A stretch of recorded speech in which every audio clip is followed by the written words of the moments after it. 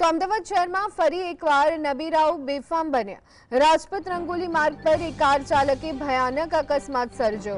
Urban ચોક સામે car ચાલકે 2 home guard સહિત કુલ 5 જેટલા લોકોને અડફેટે લીધા હતા।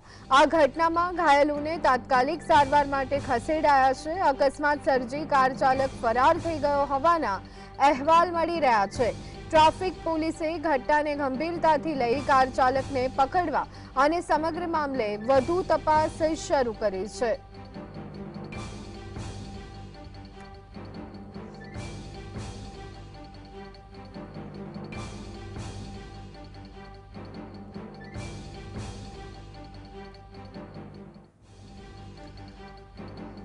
તો આ અંગે વધુ વિગત મેળવી લઈએ। સંવાદદાતા વિરેન્દ્રસિંહ ભાટી અમારી સાથે જોડાઈ ગયા છે। વિરેન્દ્ર, અમદાવાદ શહેરમાં ફરી એકવાર નબીરા બેફામ, રાજપૂત રંગોલી રોડ પરનો બનાવ, કાર ચાલકે અકસ્માત સર્જ્યું, શું વિગત? બિલકુલ ધોની કે મોડી રાત થતાની સાથે જ અમદાવાદ શહેરની અંદર નબીરાઓ છે તે અવારનવાર બેફામ બનતા હોય છે। ત્યારે ફરી એક વખત ગઈકાલે મોડી રાત્રિએ શહેરના રાજપૂત રંગોલી માર્ગ ઉપર જે નબીરા હતા તે બેફામ બન્યા હોય તેવી ઘટના સામે આવી છે। વિગતવાર જો વાત કરવામાં આવે તો રાજપૂત રંગોલી માર્ગ ઉપર મોડી રાત્રિએ અકસ્માત છે તે સર્જાયો હતો, જેની અંદર એક કાર ચાલક દ્વારા 2 હોમગાર્ડ સહિત 5 લોકોને અડફેટે લેવા હોવાની માહિતી છે તે મળી રહી છે। તેની સાથે સાથે 2 હોમગાર્ડ ચાલકોને ટક્કર મારીને જે કાર ચાલક હતો તે પણ ફરાર થઈ ચૂક્યો હતો।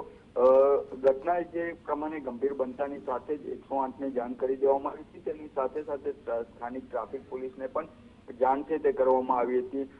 જે ઇજાગ્રસ્ત લોકો હતા તેમને સારવાર અર્થે ખાનગી હોસ્પિટલમાં સારવાર અર્થે મોકલી આપવામાં આવ્યા હતા। તેની સાથે સાથે ટ્રાફિક પોલીસ દ્વારા ઘટનાને લઈને વધુ તપાસ છે તે હાથ ધરવામાં આવી હતી।